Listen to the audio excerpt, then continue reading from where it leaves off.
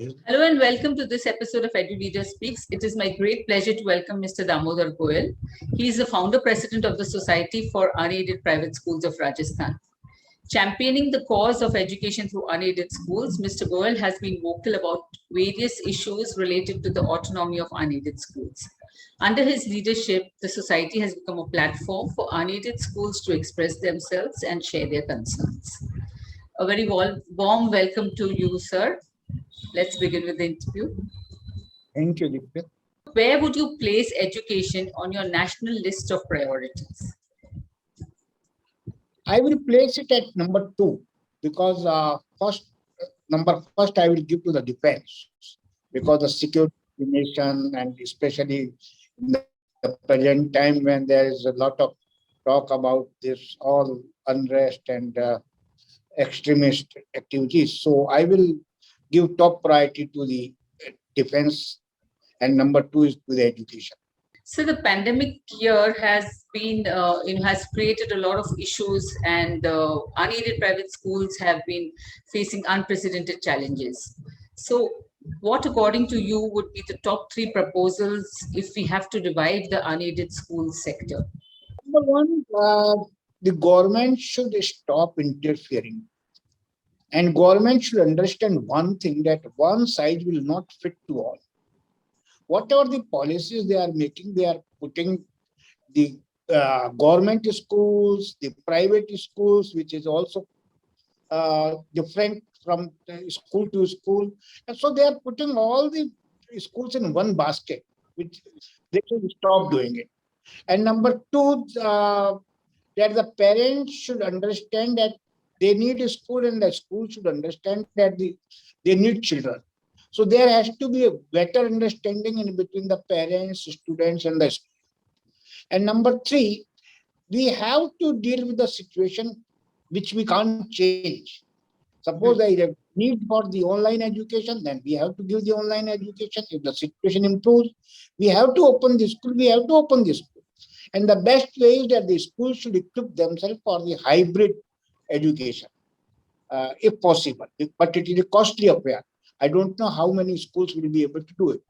There should be some kind of relaxation, and CBSE should make very clear that whether they are going to have the examination in any case, or again the same kind of thing should be repeated, because that will create the seriousness or non-seriousness amongst the students.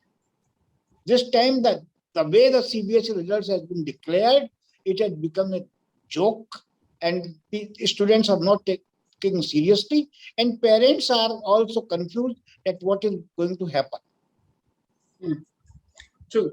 Sir, in this situation, as you rightly mentioned, we have seen there has been increasing government interference in matters of fee, and also, how online education should be delivered to the students. So, what kind of a role would you want the government to play, in this whole scenario?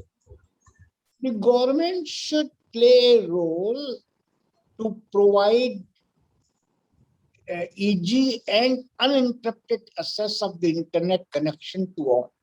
After so many years, when we have talked about the telecommunication and all these things, our network position in this country is very, very poor. Many times, even after having lease lines and everything, the internet connections goes down. So, number one priority should be given by the government, and I'm not talking only about the private schools, but I'm more concerned about the children who are living in the villages. They have no access to the internet connection. They have no access to, because of the electricity, they have no access to the television, etc., etc. So, in terms of policies, given the scenario as it is right now, and what are the kind of policies that you would like the Union Education Minister Dharmendra Pradhan to announce right now, or to prioritize at least? Number one, the education should be made free from the clutches of the politicians and bureaucrats. The education policy, or whatever the guidelines are required to be issued, they should be issued after consultation with the educators, stakeholders, those who are providing educations.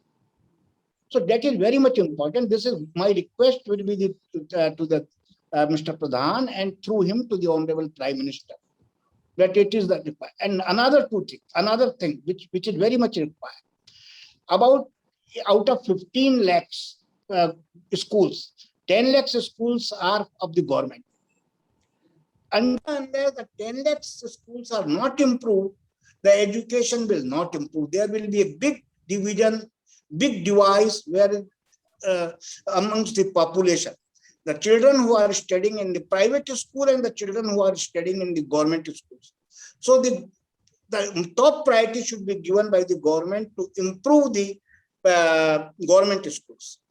And if the government schools are improved, then there will be no need to regulate the private schools, because the private schools will be required to compete with the government schools. So the competition will automatically regulate. What is the need to twist the arm of the private schools? All the schemes which are made by the government, either union government or the state government, all are meant only for the students and teachers studying in the government schools. But private schools are excluded. It is surprising that out of no national award is given to the private schools. Only 2 awards have been given to the teachers belonging to the CBSE school. Are they not teachers? At one end, you appreciate their efforts, but when the time of recognition is there, you ignore them. It is quite unfair.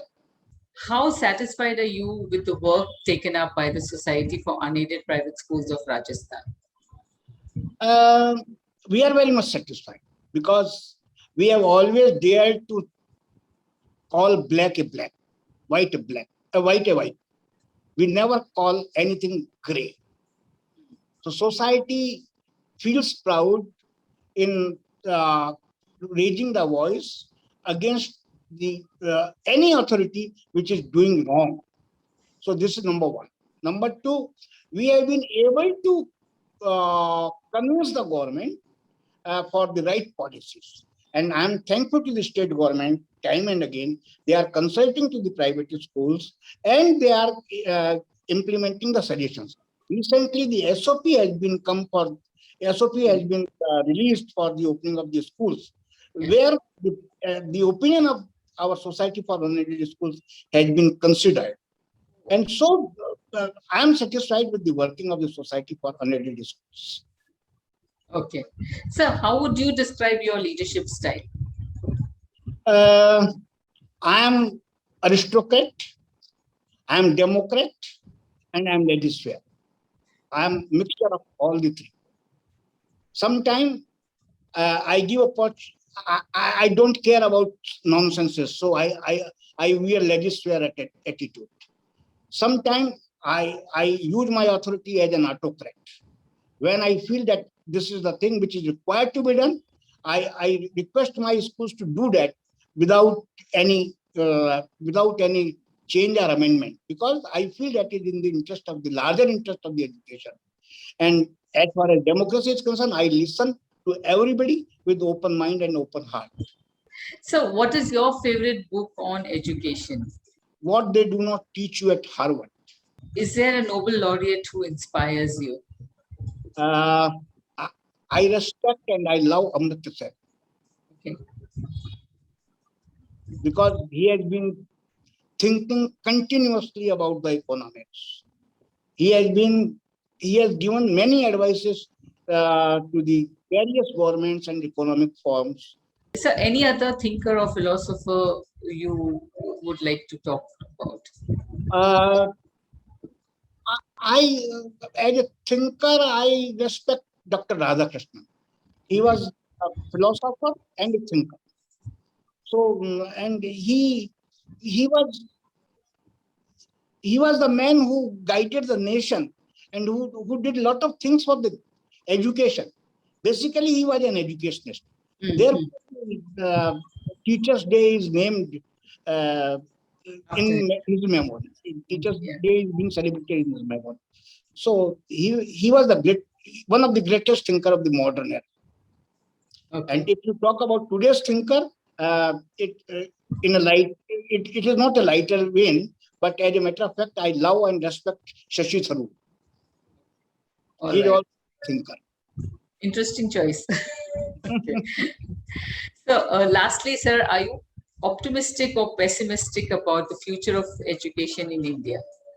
Some days there will be some day when every child of this nation will be having good quality education. So I am very much optimistic, and I hope that the government and the private players will play their role responsibly and together. Yeah, that would really be a win-win situation for all. So, Yes. okay. Thank you very much for joining us today. It was such a pleasure speaking with you, as always. Thank Thank you you. very much. Thank you.